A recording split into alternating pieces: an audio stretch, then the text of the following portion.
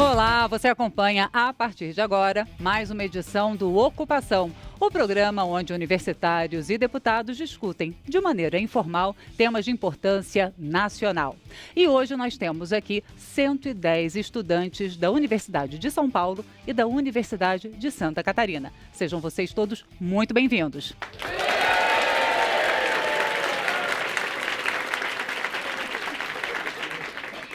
Foi tão bem ensaiado dessa vez. E para responder as perguntas desses jovens, nós convidamos o deputado Joaquim Passarinho, do PSD do Pará, presidente da Comissão Especial das Medidas contra a Corrupção, e o deputado Mendes Tame, do PV de São Paulo.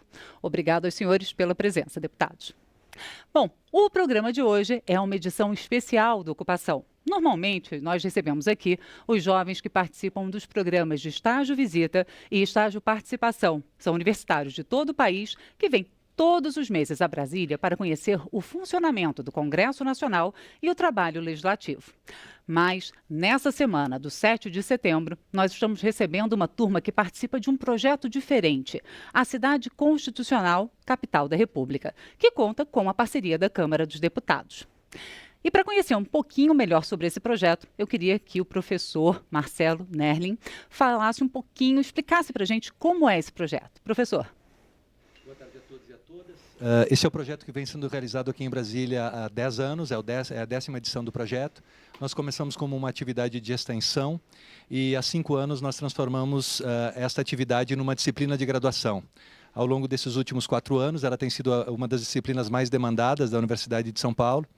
E ela, na verdade, persegue a aplicação prática da pedagogia de Paulo Freire, dos ensinamentos que nos legaram Darcy Ribeiro, Anísio Teixeira, que são referências para nós e que nós tentamos sair do mundo do dever ser e aplicar a realidade dos alunos ao mundo do ser, para que eles conheçam as instituições republicanas desse país e para que a gente, de fato, consiga encontrar o direito achado na rua e nas instituições.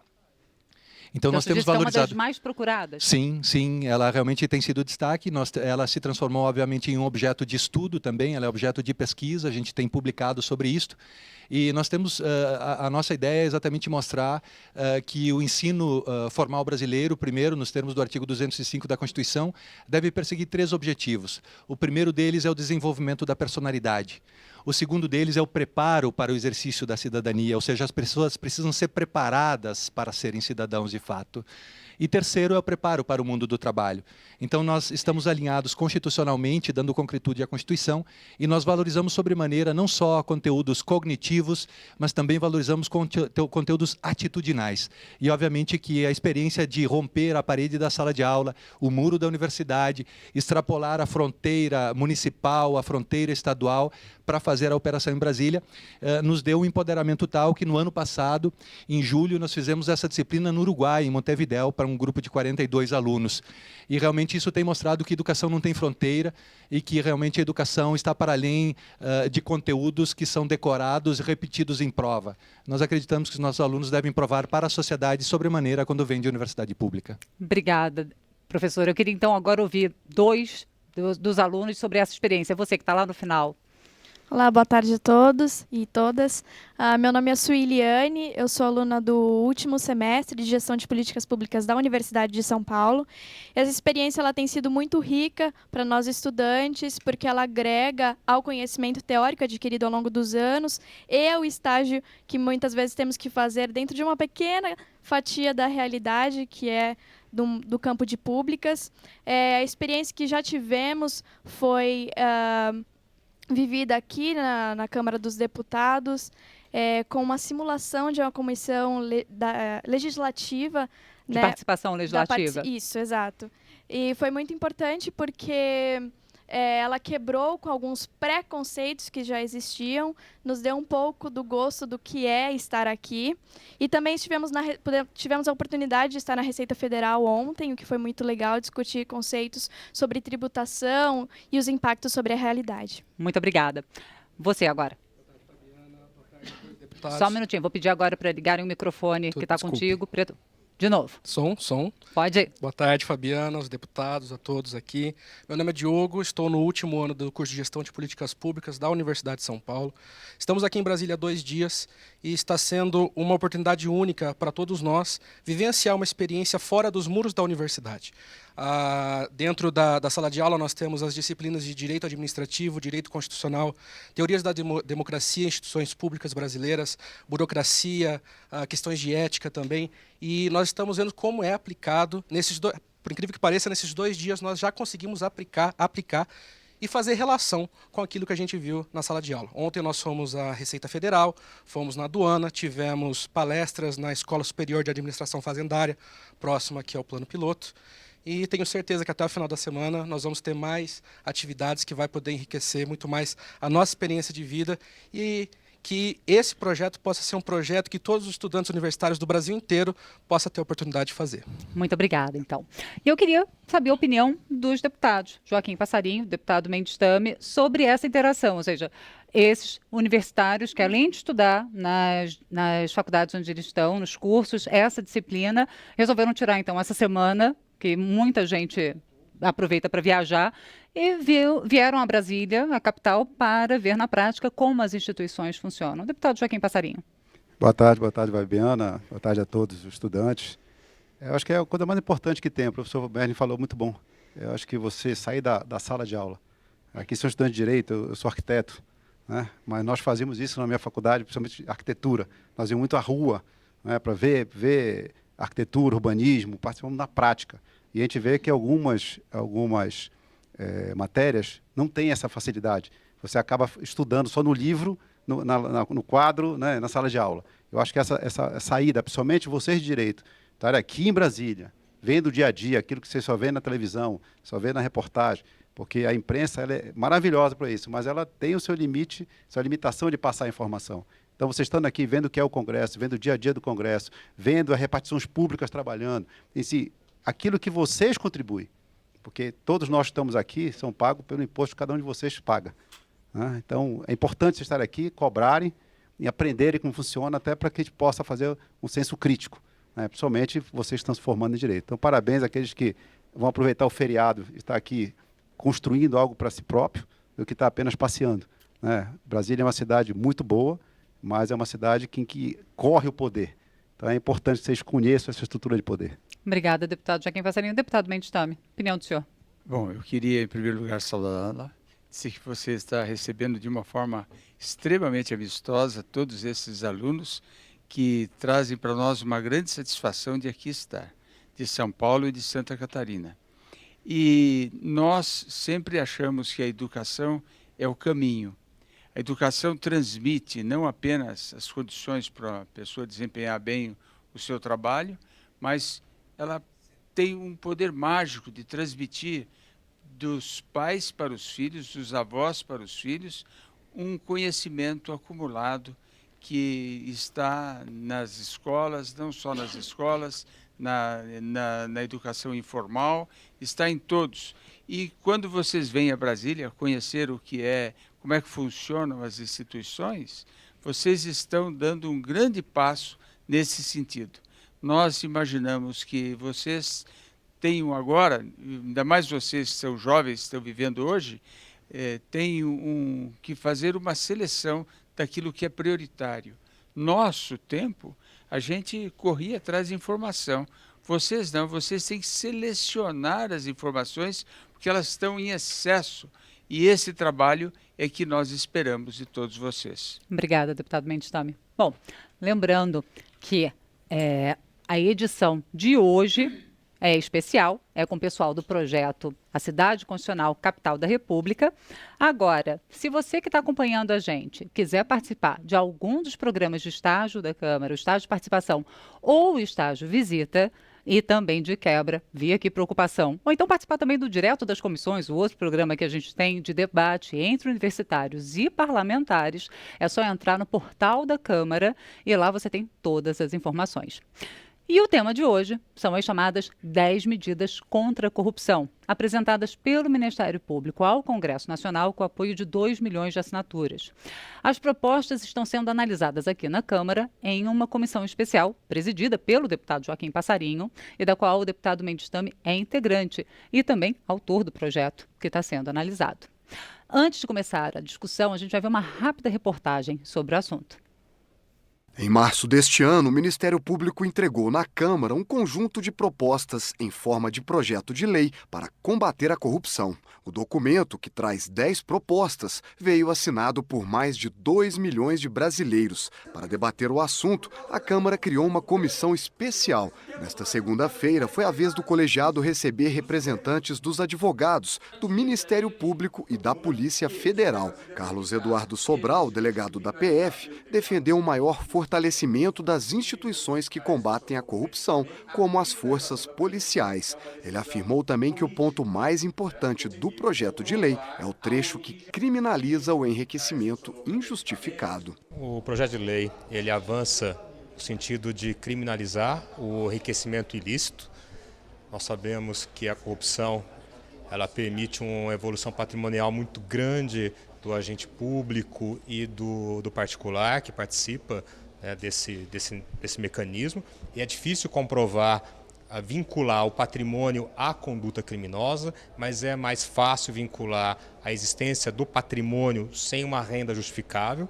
Então, ao criminalizar o enriquecimento ilícito, nos dá um instrumento para o Estado enfrentar a corrupção e o crime organizado. Já o advogado Juarez dos Santos acredita que criar novos tipos penais não resolve o problema da corrupção. É um detalhe jurídico. Eu acho que o tipo legal está tecnicamente defeituoso, ele viola o princípio da legalidade, ele produz aquilo que nós chamamos de um tiro de espingarda de cano cerrado que espalha chumbo para todo lado. E não vai resolver o problema da criminalidade. E nos países que adotaram essa criminalização, não há condenação por esse tipo. O relator da comissão, deputado Onyx Lorenzoni, defendeu que o patrimônio do agente público tem que ser compatível com os rendimentos declarados. Para o parlamentar, se alguém não pode justificar o seu enriquecimento, é porque o patrimônio é ilícito. Bom, normalmente, deputados, a gente consegue fazer um sorteio antes do início do programa para saber a ordem na qual os universitários vão fazer as perguntas. Hoje não deu tempo, então a gente vai voando meio cego aqui. Já tem algumas pessoas que sinalizaram, mas eu vou pedir para que os senhores falem um pouquinho do trabalho da comissão antes, para dar uma esquentada, e lembrar que quem está em casa também pode mandar pergunta pela página da gente no Facebook, ok? Deputado Mendes Tame, o senhor que tem uma atuação já bastante presente no combate à corrupção, como é que o senhor vê, principalmente, a resistência que já tem sido manifestada a algumas das medidas, como, por exemplo, o teste de integridade para os servidores públicos? Bom, nós sempre imaginamos que alguma resistência iria haver realmente, senão não estaríamos na situação que estamos. Nós já conseguimos, graças a essa comissão especial presidida pelo deputado Passarinho, nós já conseguimos, nessas 38 pessoas que foram já ouvidas, uma unanimidade de que do jeito que está não dá para continuar. A corrupção tornou-se sistêmica, endêmica, generalizada, tomou conta de todos os órgãos do governo federal, de alguns estados, de algumas cidades. Em suma, é um problema muito maior do que se pensa. A corrupção mata. A grande corrupção mata muito mais. Ela tem que ser um crime hediondo, considerado como hediondo, não porque hediondo é uma palavra feia em comparação a crimes comuns, mas porque na hora que você classifica como crime hediondo, ela tem uma pena maior, ela não tem direito a indulto, não tem direito a outras regalias que um crime comum propicia. E nós estamos assistindo a uma das poucas unanimidades, que é o combate à corrupção.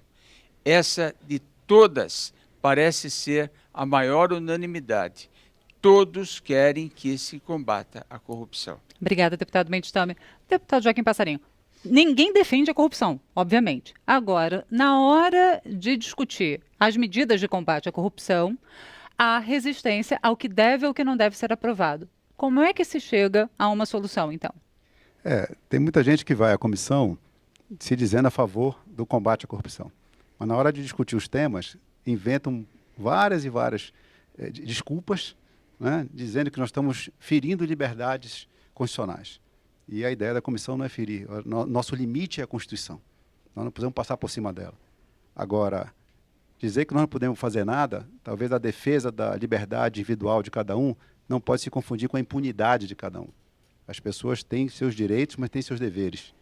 E, infelizmente, algumas pessoas estão sendo convidadas, porque a nossa comissão resolveu ouvir a todos os deputados e tentar ouvir a todos aqui os deputados que quiseram convidar. Pra vocês terem uma ideia, nós temos mais de 100 pessoas convidadas, entre professores universitários, juristas, associações de classe, promotores, enfim, policiais militares e tudo. E nós já ouvimos, como o Temer falou há pouco, esse jovem deputado Temer falou há pouco, 38 pessoas já foram ouvidas. E nós vamos tentar ouvir a todas. Por isso que nós estamos hoje, estivemos ontem aqui reunidos, independente do plenário estar funcionando ou não, que nós vamos cumprir o nosso papel, vamos ouvir a todos para tirar o melhor texto. Talvez não o ideal, mas aquele que a gente possa realmente fazer uma legislação mais moderna, mais eficaz, que isto não termina a corrupção, mas é um instrumento para a gente poder correr atrás de terminar com ela. Obrigada, deputado Joaquim Passarinho. Olha, eu sei que assim, o primeiro a fazer pergunta é sempre o mais difícil. Agora, se vocês deixarem, eu fico fazendo pergunta, só que o propósito é que vocês façam. Você que já foi o valente, o primeiro, vai lá, manda. Primeiramente, boa tarde, deputados, a todos. Sou o Cássio, sou estudante do curso de Gestão de Políticas Públicas da Universidade de São Paulo. E minha pergunta vai para o senhor deputado Joaquim Passarinho. Dentre das 10 medidas contra a corrupção, uma que mais chamou a atenção por parte minha, é a 8ª, que quanto se trata na responsabilização dos partidos políticos. Até onde o senhor acredita que isso pode ser implementado? Porque se nós pegarmos de toda a representatividade dos partidos, temos 3, 4 encabeçando. E isso, teoricamente, afetaria todo o jogo político. Até onde o senhor acredita que isso possa ser implementado? Obrigado, Cássio. Primeiro, fazer uma desculpa, que eu falei agora que é aluno de direito, né? Mas é de gestão pública. Não, tem direito, administração pública, gestão pública, é interdisciplinar. Dizer a você o seguinte, é um dos pontos que nós precisamos implementar. O que nós estamos vendo ultimamente é presidentes de partidos, tesoureiros de partidos, integrantes de cúpula de partidos serem presos com desvio de milhões de reais e nada acontece com uma responsabilização do próprio partido. Então, esses partidos precisam ter alguma responsabilidade, seja ela e principalmente devolver o dinheiro público. Porque nós recebemos pelo nosso partido fundo partidário, que é dinheiro público.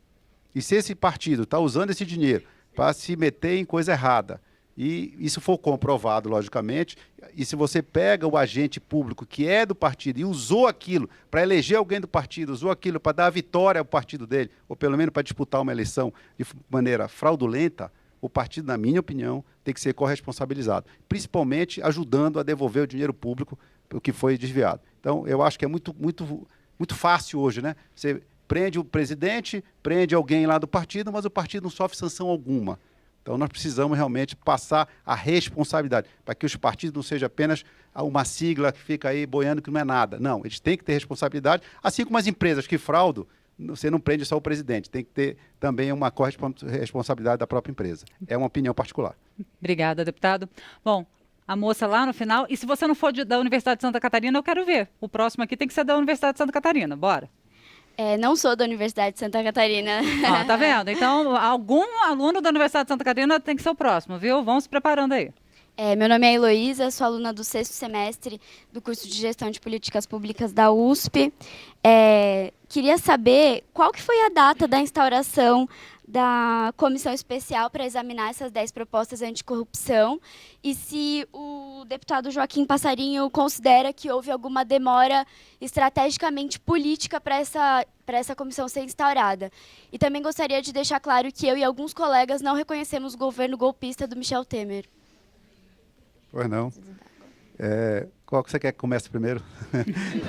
Bom, primeiro a data da instalação, talvez, e se houve alguma demora. Para a data, acho que não houve demora. Essa comissão chegou aqui e o importante é que você, se botar um projeto aqui, a maioria dos projetos que falam sobre esse tema estão aqui há 2, 3, 4 anos, porque tem que passar, vocês participaram de uma comissão hoje, passa por diversas comissões e você leva, às vezes, 3, 4 anos para votar. Então, quando você cria uma comissão especial, você praticamente junta todas as comissões numa só, e nós temos um prazo exíguo para poder apresentar uma resposta. A comissão foi instalada no dia 13 de julho, na véspera do recesso parlamentar, e, logicamente, com recesso de 15 dias, dia 2 de agosto, foi a primeira reunião que ela fez. E de lá para cá não deixamos de reunir nem um dia. 3 vezes por semana nós reunimos e fazemos reunião, já fizemos oitiva de 38 pessoas, tá? Estamos ouvindo a todos, e nós temos um prazo fechado com o presidente da Casa, através da Frente Parlamentar que o nosso grande Tamer,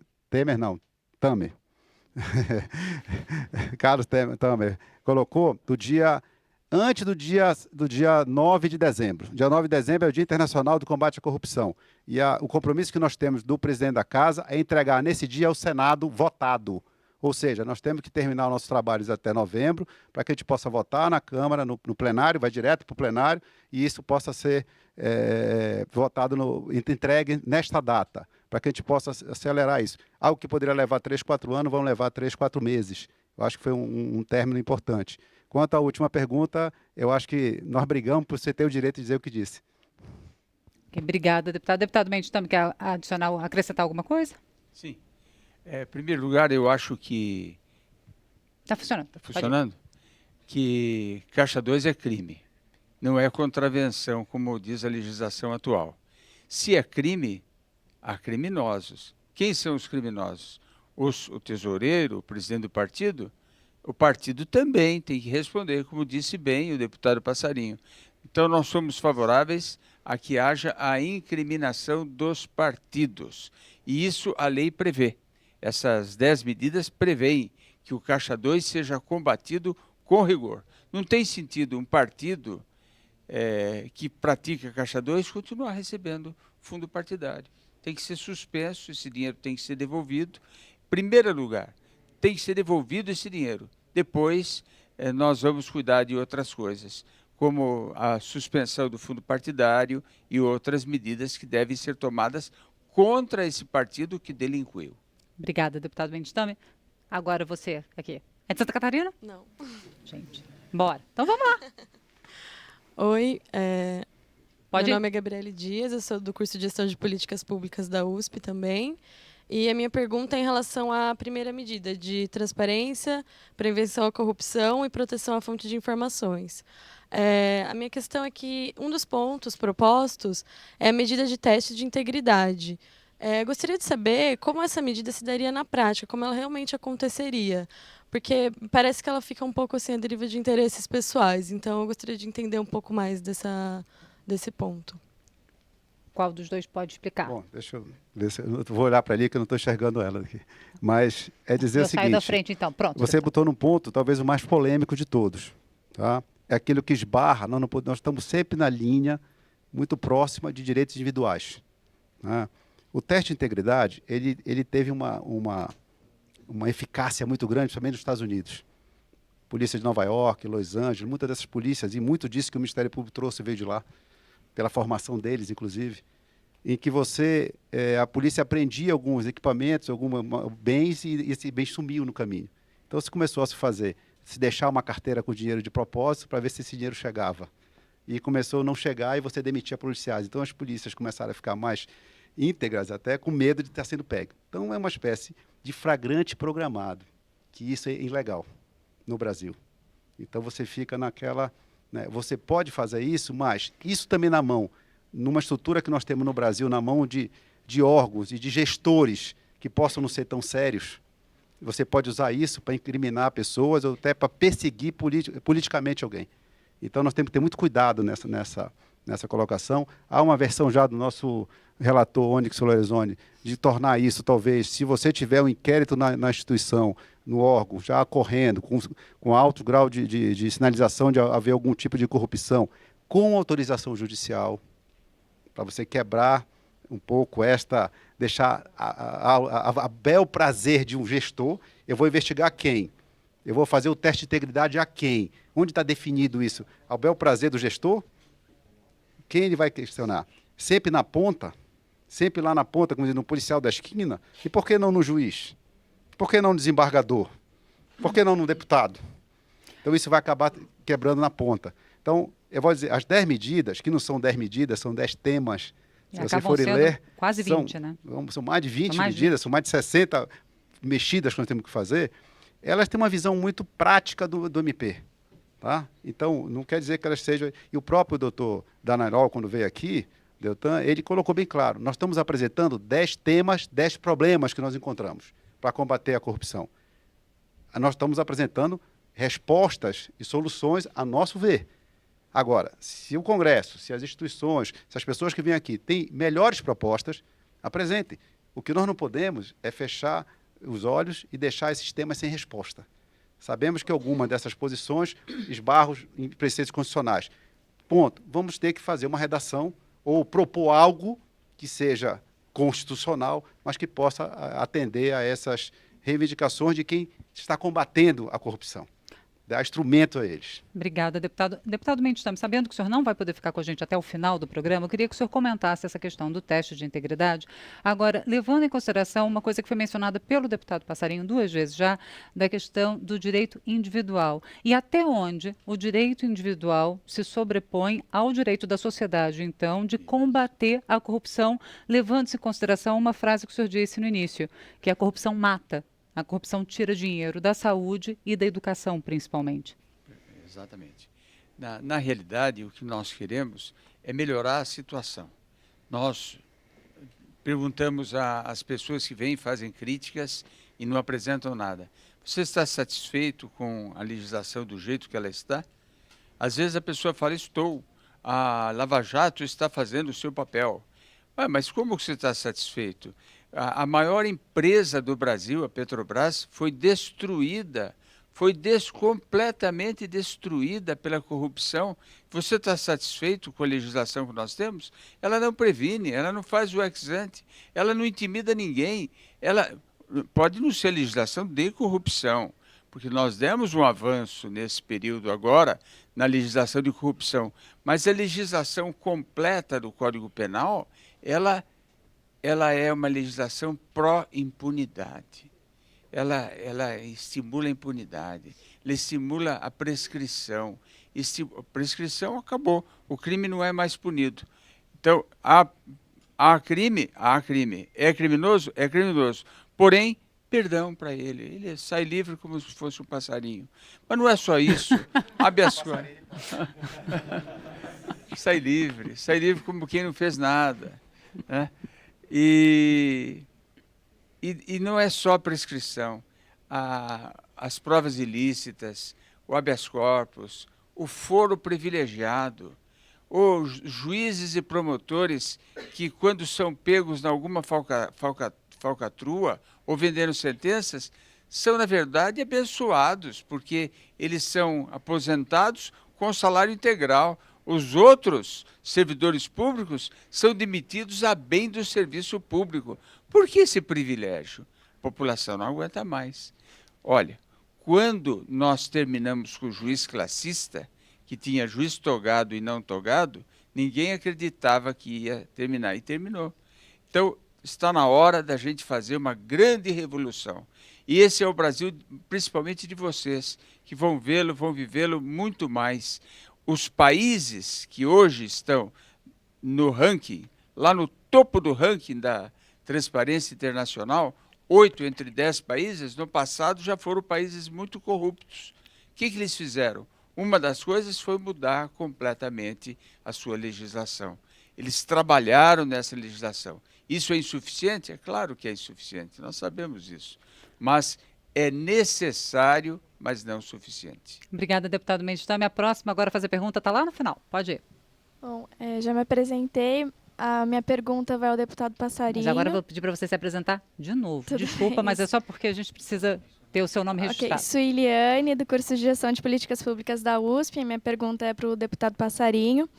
Bom, deputado, em um momento como esse, onde a gente vê a lei sendo interpretada para interesse, de acordo com o interesse próprio, e a gente até vê desrespeito frente à Constituição, como garantir que essas medidas atingirão seus objetivos e não serão apenas mais instrumentos usados para beneficiar aqueles que se apropriam desses instrumentos?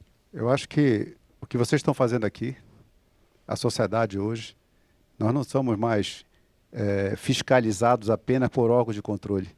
Nós somos fiscalizados e devemos ser, principalmente por vocês, pela sociedade. Hoje, um celular desse que cada um deve ter na mão, desligado ou no modo avião agora, né, é mais fiscal do que um Tribunal de Contas.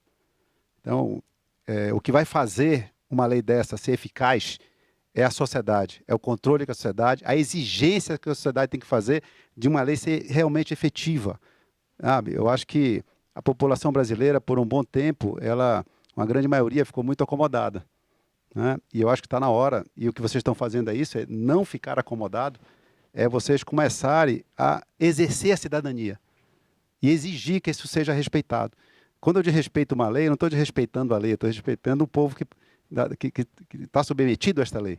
Então, nada melhor do que isso, você prestar atenção e cobrar dos seus representantes, né, e de todos, não só dos eleitos, mas aqueles que estão nos órgãos públicos, seja ele qual for. O Temer falou aqui, por que um juiz, quando faz alguma coisa errada, vai para casa, pega um pijama com salário integral? Isso é justo? Quantos vocês conhecem no estado de vocês? Eu, no meu estado, não conheço nenhum. Em São Paulo, parece que é aquele juiz lá do Fórum Trabalhista. Foi o único que conseguiram tirar o Lalau lá. Foi o único que conseguiram tirar o salário dele. O resto está tudo aposentado. Por que eles são melhores que os outros? Então, essa lei ela não é para políticos. Essa lei é para agentes públicos. A todo e qualquer cidadão que receba dinheiro público de salário. A todos vão ter que respeitar essa lei. Seja promotor, seja desembargador, seja juiz, seja deputado, seja senador. Enfim, a lei tem que ser para todos. Obrigada, deputado Joaquim Passarinho. Antes da gente ir para um rápido intervalo, deputado Mendes Temer, como o senhor não vai poder ficar com a gente até o final, eu queria que o senhor fizesse uma rápida e última intervenção sobre o tema. As pesquisas que nós temos, muitas vezes não são confiáveis, porque estão discutindo aquilo que é escondido. Tudo que é escondido e não faz parte da pesquisa. Mas há uma parte que eu posso pesquisar, que são os contratos, as licitações superfaturadas. A FGV fez isso, contratada pela Fiesp, em São Paulo, e chegou à conclusão de que 80 bilhões, com B de bola, bilhões de dólares são desviados por ano. É quase o orçamento do governo federal para a saúde. Ora, então é sinal que eu poderia dobrar o orçamento da saúde, quase dobrar o orçamento da saúde.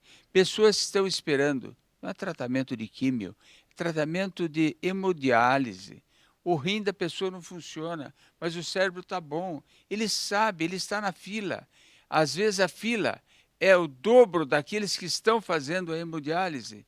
Ele sabe que ele tem que esperar para a vez dele, para ele fazer, para ele poder viver mais.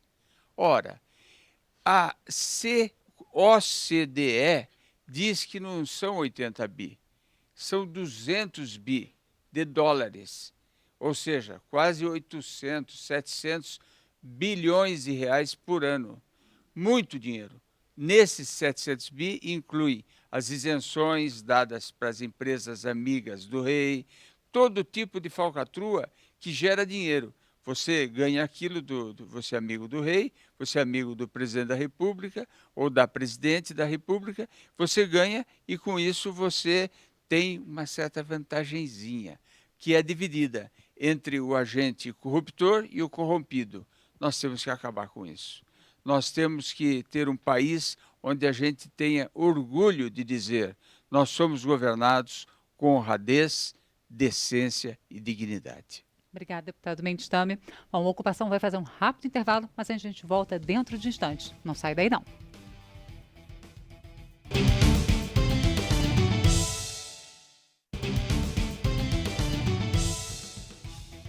Estamos de volta com Ocupação. Hoje, uma edição especial com 110 estudantes universitários da Universidade de São Paulo e da Universidade de Santa Catarina, que estão em Brasília participando do projeto A Cidade Constitucional, Capital da República.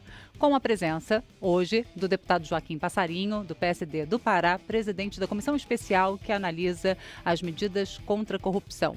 Bom, deputado, obrigada mais uma vez pela presença aqui e obrigada pela presença de todos vocês. E agora, a próxima estudante que se inscreveu voluntariamente para fazer, hoje a gente não pôde fazer o sorteio antes, é a moça na segunda fileira, atrás do professor Marcelo Nerli. Boa tarde, eu sou a Jéssica, sou estudante de Gestão de Políticas Públicas da USP.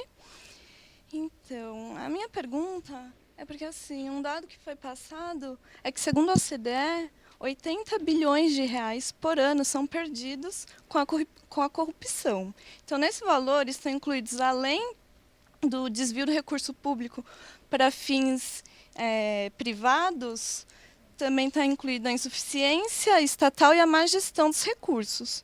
No entanto, segundo o cenogômetro, 500 bilhões de reais são perdidos com a sonegação de impostos. Então, assim, a sonegação é um dinheiro que deixa de entrar por Estado. Isso também não deveria ser considerado corrupção e está contemplado dentro dos 10 temas? E eu vou acrescentar a pergunta dela, deputado, pelo seguinte: muita gente usa a corrupção do Estado como justificativa para sonegar impostos. Eu mesma já ouvi muita gente dizendo assim, mas para que eu vou pagar imposto se o Estado vai desviar esse dinheiro, se os poderosos vão, né, desviar esses recursos? Bom, nós, no meio de todas as palestras que nós tivemos algumas pessoas, psicólogos, sociólogos, e que falaram, inclusive, do início da gente brasileira, né? Um costume que nós temos do jeitinho brasileiro. A corrupção ficou uma coisa enraigada, começa quando você quer furar uma fila e acha que não há nenhum problema, quando você para no lugar de um deficiente ou no lugar de um idoso e acha que não tem nenhum problema, porque você é rapidinho, eu vou só ali. Quer dizer, nós temos uma cultura ao longo do tempo de achar essas coisas e se acomodando com essas coisas. Isso, quando não é comigo, não está me afetando, eu passo, olho e vou embora. Então, são pequenas coisas que vão desde a educação e chegam num ponto que nós chegamos hoje, em que, foi o que é dito aqui, o governo rouba, o governo não faz, então também não vou pagar. Então, você se acha o direito de sonegar, que é uma corrupção. Nós estamos tentando recriar a CPI do CARF, não sei se vocês sabem o que é o CARF, que é um Conselho de Administração de Fazendária, que você recorre ao CARF sobre multas, sobre impostos que devem ser pagos. E no meio da Operação Zelote, na Polícia Federal, no meio da CPI, tinha um membro do CARF assacando o Banco Itaú aqui no shopping em Brasília. Então, pessoas que deveriam pagar 10 bilhões, pagam 1 bilhão, pagam 500 mil, porque deram dinheiro por fora. Isso também é corrupção. Como não? Tem que ser. O deputado Mendes também falou há pouco, uma coisa que a gente tem que colocar. Vocês são de São Paulo, Santa Catarina, eu sou do Pará. Na minha terra, ainda se morre de diarreia, por falta de políticas públicas. O que ele falou aqui de hemodiálise é uma realidade. A maioria dos nossos municípios tem ônibus para transportar pessoas para fazer hemodiálise a 100, 200 quilômetros. Porque o maior investimento em saúde é a compra de ambulância, né? É porque você acaba tendo a ambulância terapia. Como você não tem estrutura para fazer, você compra uma ambulância e leva para o centro maior. E o paciente fica de um lado para o outro, como se ele não precisasse trabalhar, não tivesse família, não tivesse nada. E a pior coisa é deixar o paciente longe da família. Então, a corrupção, ela fala em crime hediondo, aí levanta os contrários e diz assim, mas o homicídio dá 6 anos, como é que a corrupção vai dar 12? A corrupção, para mim, mata mais do que o homicídio. Quantas pessoas morrem dia a dia por falta desse dinheiro que foi levado pela corrupção, que não está lá no Marajó, cuidando das pessoas que estão morrendo de fome, ou que não tem uma água potável para tomar? É porque você não consegue olhar o cadáver, vamos supor. Né? Você não consegue quase quantificar. Mas a corrupção tem que ser crime hediondo, sim. E tem que ser a maior pena que nós podemos dar. A pena resolve? Não resolve.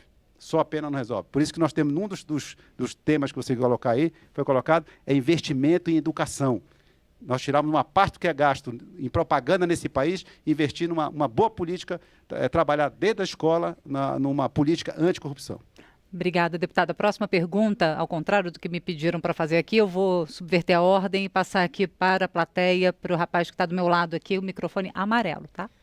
Boa tarde, deputada. Boa tarde a todos. Meu nome é Lucas, sou da UDESC, da Universidade de Santa Catarina. Primeiro de Santa Catarina! Consegui! Isso falando das 10 medidas contra a corrupção. O senhor mesmo citou que parte tudo da educação. E poucas dessas medidas falam sobre prevenção e educação. A maior parte delas vem tratar a corrupção como um problema essencialmente penal. Dessa forma, as 10 medidas elas não estariam atacando mais os efeitos do que as causas, e qual o efeito disso a longo prazo? Qual a efetividade do projeto a longo prazo? Demorou, foi uma boa pergunta. Né? Eu quero dizer o seguinte, você tem total razão. Eu li há muito tempo atrás que você investe pouco em educação nesse país, porque um aluno entra com 2, 3 anos e só volta aos 16. Então, tudo que tu investe em educação agora, o teu fruto sai daqui a 14 anos quase. Então, ninguém quer esperar 14 anos para ter voto. Aí entra um pouco da sua pergunta.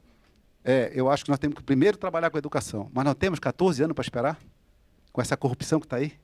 Então, nós temos que trabalhar nos 2 pontos. Primeiro, que é uma proposta de tirar parte de 5%, 10% e 15%, dependendo dos órgãos. Por exemplo, Petrobras, 5%, tudo que é gasto em Petrobras, você vê aí, Correios, Petrobras, enfim, põe num fundo que vai trabalhar justamente na educação. Mas, ao mesmo tempo, nós temos que dotar o Ministério Público, temos que dotar a Polícia Federal e a Justiça de fazer o que eles estão fazendo. O que o juiz Moro está fazendo, o que o Ministério Público está fazendo, também é educativo. Também é educativo, porque as pessoas começam a ver que também vai pegar para quem está fazendo. Porque o que mais mata, o que mais realimenta a corrupção é a impunidade. Não adianta nada eu trabalhar aqui se há sentimento de impunidade nesse país continuar acontecendo. As pessoas fazem e acham que nada acontece. Então, a partir do momento que você começa a ver a Lava Jato, que é um ponto fora da curva, tá? Vamos deixar bem claro, a Lava Jato é a única força-tarefa que tem neste país que tem um juiz exclusivo e tem 12 procuradores de justiça exclusivos para a Lava Jato. Nenhum outro ponto, nenhum outro órgão, nenhum outro escândalo tem isso que a Lava Jato tem. Então, não adianta achar e dizer assim, mas nós temos lei suficiente, a Lava Jato já está fazendo aí. É um ponto fora da curva. Os outros juízes têm 200, 300 casos, os promotores têm 200, 300 casos. Se nós não conseguimos acabar no país do jeitinho, que é, você entra, perde em primeira instância, aí você faz o recurso. Aí você perde o recurso, o embargo. Tem direito aqui, não tem, alunos? O embargo. Aí embargo de declaração. O embargo que não deu certo, não sei o quê. O embargo do embargo do embargo. Aí nós vamos para a prescrição. Nós vamos para a prescrição. Porque é sentimento de impunidade. E vai pegar sempre quem roubou e quem tem dinheiro, porque paga bons advogados. Para você entrar com embargo aqui em Brasília, quanto custa? Você sai lá do seu estado, que você até consegue um advogado amigo. E para vir a Brasília? Do estado do Pará para cá, se comprar com 10 dias antes, paga 2.000 de passagem já. Então você tem que contratar um escritório aqui, ou seja, só quem consegue os benefícios de ir rolando o tempo e ser prescrito os seus processos é quem tem dinheiro nesse país. Então temos que acabar com isso. É um dos pontos também. Acabar com essa possibilidade de você estar toda hora voltando para o início do processo, e são procrastinatórios, dito procrastinatório, todo mundo sabe que é. Então, vou dizer que você falou, a educação é importante, nós precisamos trabalhar essa, mas se nós não começarmos a quebrar e dar exemplos, não adianta eu só ensinar na sala de aula se eu não der exemplo aqui em cima. Então, eu acho que adotar todo o órgão de controle, não só esses, você tem tribunais de contas, você tem auditoria dos estados, porque a corrupção não está só em Brasília, a corrupção está nos estados, está nos municípios, que esse talvez seja o pior. Lá no município, que aqui você tem alguns órgãos de controle, e lá no Marajó, como eu digo Marajó porque eu estou dizendo para o Pará, o que é que tem lá? Tem um promotor que vai 2 vezes por semana, eu acho, lá. Né? Tem, às vezes, um delegado de polícia que serve para 2, 3 municípios. Será que isso chega lá? Se nós não dermos um exemplo, não vai chegar. Deputado, já me avisaram que a gente tem só mais 15 minutos. A moça na segunda fileira ali é a próxima a fazer pergunta. Boa tarde, meu nome é Natália, eu sou de Gestão de Políticas Públicas da USP. E eu tenho certeza que eu vou falar em nome dos meus colegas aqui. Uma das maiores indignações nas investigações que nós temos é a falta de imparcialidade. Há muita falta de credibilidade nas investigações. E eu gostaria de saber como garantir a imparcialidade nas medidas anticorrupção. Olha, em nenhuma lei, não é só nessa, você garante a cabeça de um juiz ou de um promotor. Nós temos que, cada vez, tentar dotá-los de instrumentos mais claros, né? E todos esses órgãos também têm seus órgãos revisores. Né? Um juiz faz, por exemplo, o juiz Sérgio Moro já teve algumas decisões dele reformadas pelo Supremo. Tá? Já houve. Poucos, mas já houve. Então, todos esses órgãos, seja ele Ministério Público, seja ele Polícia Federal, tem órgãos superiores de controle. Então, a imparcialidade. Difícil, nós estamos falando aqui, eu sempre falo assim, eu não estou legislando só para Brasília, estou legislando para o guarda da esquina também. Né? Como é que eu faço a imparcialidade de um promotor de justiça, de que cidade é São Paulo, você? Lá no interior, uma cidade bem pequenina lá, imagina um promotor que às vezes é parente do prefeito. Aí, na época da eleição, tem um candidato que é contra o parente dele lá, ele é promotor de justiça. Como é que eu garanto a imparcialidade desse promotor? Não tem como garantir na lei, porque isso é da pessoa, é da formação. Aí volta porque nós estamos falando o que é educação. Se eu não trabalhar a educação, eu não vou garantir imparcialidade em lei nenhuma nesse país nem no mundo, porque essa condição é inerente, na minha opinião, do ser humano e não da lei que ele vai aplicar. Pode entrar um pouco a cobrança popular também, né? Aí volta que a mocinha lá de trás falou. Quem vai garantir é a cobrança. Você é cidadã, você paga o salário deles, você tem que cobrar. A sociedade tem que acabar de só se preocupar com política de 4 em 4 anos ou de 2 em 2 anos. Tá? Tem um ditado que diz que aqueles que não se interessam por política estão fadados a ser governados por quem se interessa. Agora Então vamos participar. Deputado, vou acelerar, porque agora a gente já tem mais um ali. Desculpa que agora a gente já tem que passar para o nosso próximo. Obrigado pela oportunidade. Meu nome é Douglas Andrade, eu sou docente do curso de Educação Física, que também estamos com alunos aqui representando esse curso. Minha pergunta vai em relação à educação, que está prevista, acho que no primeiro tema, considerando que a gente tem um país que já investe dinheiro há alguns anos com propaganda, por exemplo, informando a população que ela não deve fazer xixi na rua durante o carnaval. Eu queria saber se as medidas de educação que vocês estão pensando também um pouco no processo que isso vai ser dado. Porque a gente também sabe que, apesar de que a educação empodera a população e poderia aumentar o controle social, enfim, também a educação feita só através de informação não muda a atitude. A gente tem uma série de estudos que apontam para isso, para uma série de comportamentos humanos. Então eu queria saber se, além de pensar na educação, se na forma com que ela vai ser trabalhada, também tem alguma estratégia para além da informação. A nossa ideia no projeto, ele não fala a forma dessa educação. Nós estamos tentando tratar um recurso para isto. Garantir um recurso constitucional dentro de todas as empresas públicas desse país gasto, e é uma fortuna. Quando o senhor falou, desculpa só, porque eu fiquei na dúvida. Sim. Quando o senhor falou, eu queria só esclarecer. O senhor falou nos recursos, são os recursos destinados à publicidade das empresas públicas. Não Obrigada. só a empresa pública, o governo como todo, todos os governos, ainda municipal, estaduais, todos. Qualquer empresa pública, qualquer órgão público que for gastar com publicidade, e normalmente é 1% que pode gastar de todo o orçamento, uma parte disso começa com 5%, 10% e 15%. Então, você destinaria isto a um fundo. A nossa ideia é tentar que este fundo não possa ser trancado quando começa um governo, sempre começa contingenciando, acabar com isso, quer dizer, ele vai ser parte do que vai ser gasto, isso sai. Agora, nós não temos ainda uma definição, por isso nós estamos no debate, quem vai gestar esse fundo e como. E não pode ser o Congresso se meter nisso, senão não vai dar certo. Nós temos que pensar onde vai ficar isso. Isso nós não temos ainda uma decisão. Pode ser no Ministério Público? Pode. Pode ser no Ministério da Justiça? Nós estamos ainda ouvindo as pessoas justamente para saber quem seria o gestor. Pode ser uma tripartite, talvez seja melhor, não ficar na mão de um só. Você fica na mão do Ministério da Justiça, você fica na mão de um partido político, às vezes. Né? Mas você precisa fazer um conselho para o trabalhista, Ministério Público, Ministério da Justiça, não sei, Defensorias Públicas, ou Ministério da Educação. Alguém vai ter que trabalhar isso. Nós não estamos ainda descendo a esse fundo. Nós estamos, pelo menos, tentando botar na lei que vai ter recurso para fazer esse tipo de trabalho. Obrigada, deputado. Próxima pergunta aqui na plateia, do outro lado do deputado, microfone verde, por favor. Boa tarde, deputado. Meu nome é Glauber, sou do curso de Gestão de Políticas Públicas da Universidade de São Paulo, campus da EASH. Essas medidas, claro, elas, de certa forma, elas acabam quebrando a inércia, esses 10 princípios. Mas, por exemplo, ele não teria que ser abarcado, ter um arcabouço de várias outras formas de corrigir a corrupção. Por exemplo, uma medida importante que talvez que casaria com o tema 8 de vocês, é uma reforma política, porque também influencia muito. Você tem que pensar numa reforma política, numa estruturação para inibir esse tipo de corrupção.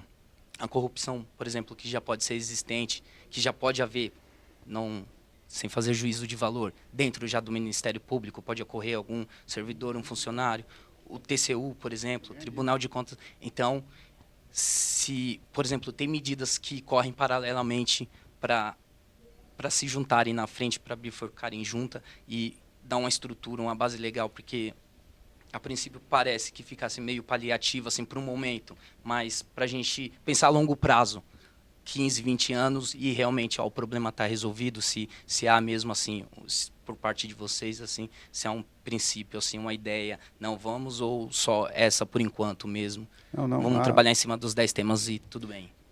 Nós fizemos um levantamento através da assessoria da comissão. Existem 114 projetos na casa que versam sobre algum tema que fala sobre corrupção. 114 em andamento, alguns com mais de 10 anos. Então, nós estamos chamando esses projetos, estamos tentando conversar com os autores para ver o que a gente pode ainda incorporar. Isso pode sair de 10 temas para 13, 14, 15, 16 temas, tá? Desde que a gente possa incorporar. E o que a gente tem cuidado é de não vender à sociedade que isto, a partir dessas 10 medidas, tudo está resolvido. isso não é o fim, isso é o início. Tá? Eu acho que a saturação da população com a corrupção chegou num ponto em que ela exigiu isto. E isto foi o que o Ministério Público produziu. Mas outros podem produzir, a Casa pode produzir, o Judiciário pode produzir, quer dizer, a Iniciativa Popular pode produzir. Mas o que a gente preste bem atenção que apenas essas 10 medidas, elas não vão resolver o problema. Elas vão dar um instrumento para que órgãos como o Ministério Público, que às vezes podem ser corruptos também, tá? Possam poder chegar e fazer o seu trabalho com mais rapidez, com mais eficiência. E que a gente não fique preso numa malha burocrática imensa que nós temos na Justiça. É isso que nós vamos tentar fazer. A partir daí, isso é o início, vou dizer, a partir daí, outros e outros projetos, como uma reforma política que nós tentamos fazer no passado, conseguimos uma meia reforma. Agora, é uma meia reforma que já dá para sentir um pouco na rua, né? Vocês olham aí, não tem propaganda. Não é em Brasília, que aqui não tem eleição esse ano. Mas na cidade de vocês, a propaganda que era da eleição passada para agora, você já vê uma mudança muito grande. A própria arrecadação, tirando dos partidos, tirando das empresas, das PJ, poderem colocar dinheiro em campanha, você já mexe um pouco nessa corrupção. Porque uma das grandes coisas que alimentava a corrupção era financiamento empresarial de campanha. Isso já foi resolvido, graças a Deus. Estamos um outro patamar, podendo chegar à frente. Agora, você falou, as 10 medidas é o início do combate, não é o fim.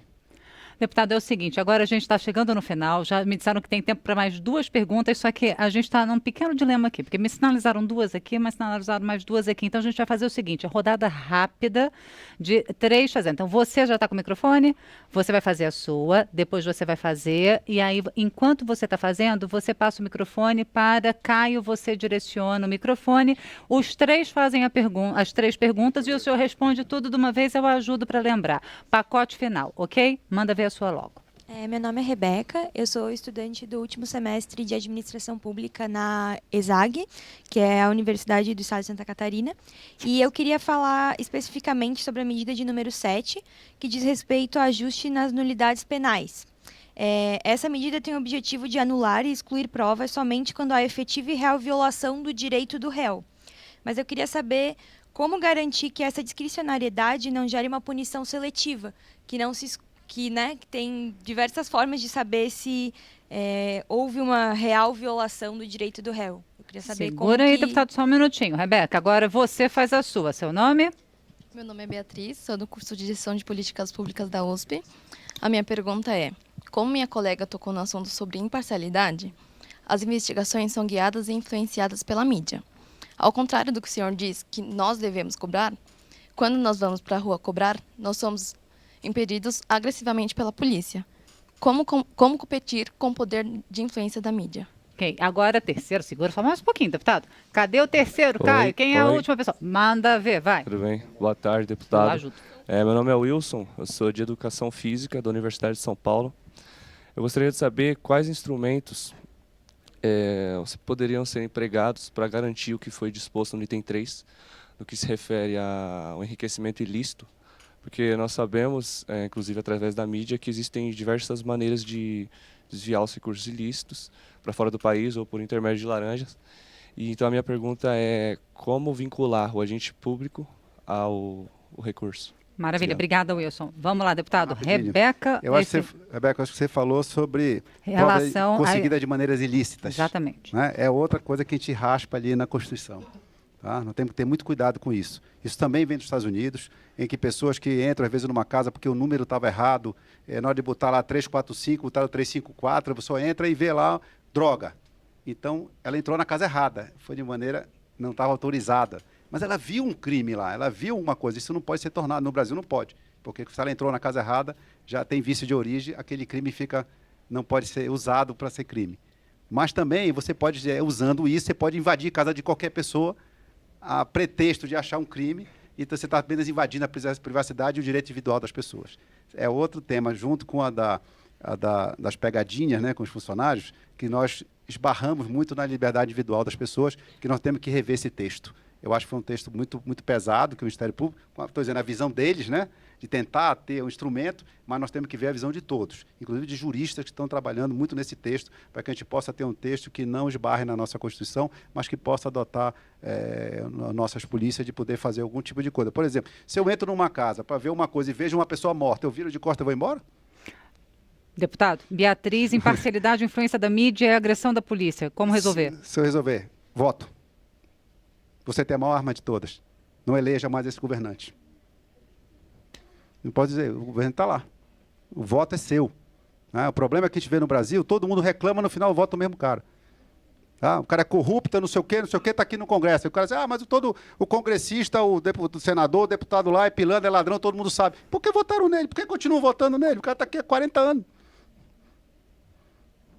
Então, a nossa arma de tirar governos incompetentes, desonestos, ou que repressores, é o voto. A mídia está...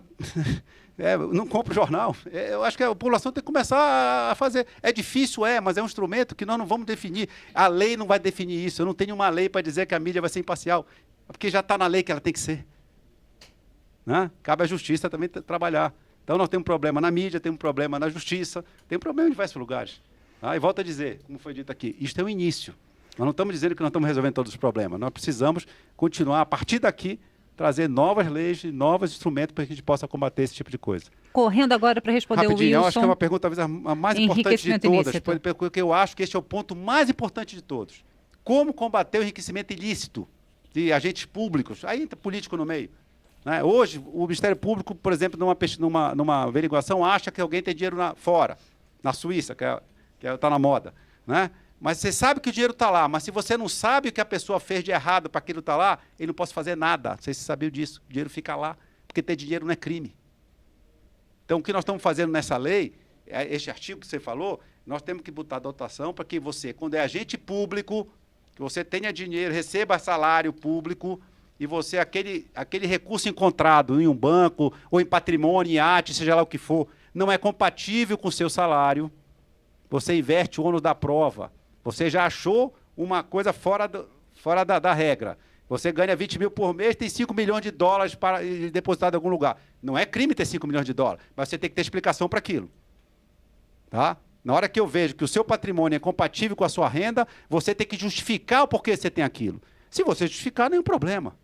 Mas se você não justificar, passa a conhecer um crime. Aí nós temos um instrumento para repatriar esse recurso, se estiver lá fora, ou se estiver em algum banco local, mas trazer de volta um patrimônio. Vocês viram ontem, rapidinho na televisão, foram 123 automóveis de luxo foram presos ontem com o pessoal dos fundos de pensão. Os 40 presos ontem. Mais uma. 8 bilhões confirmados e previsão de 50 bilhões de furos de fundos de pensões. E o pessoal da Previ, por exemplo, está pagando 17% a mais do seu salário para cobrir esse rombo. Então, é um dos pontos, na minha opinião, você vai dizer, qual é o ponto mais importante do artigo? Esse que você falou. É poder ver o patrimônio que está sendo tirado de outra forma e poder trazer ele de volta, poder se apropriar, ter instrumento legal que hoje nós não temos. Deputado, muito obrigada. Gente, infelizmente não dá tempo para mais perguntas. Eu peço desculpas a quem não conseguiu. Agradeço mais uma vez ao deputado Joaquim Passarinho, presidente da Comissão Especial que analisa as medidas contra a corrupção. Agradeço também ao deputado Mendes Tame, que infelizmente não pôde ficar até o fim do programa. E agradeço a todos vocês que participaram dessa edição e também a quem acompanhou a gente de casa. Muito obrigada. Até a próxima.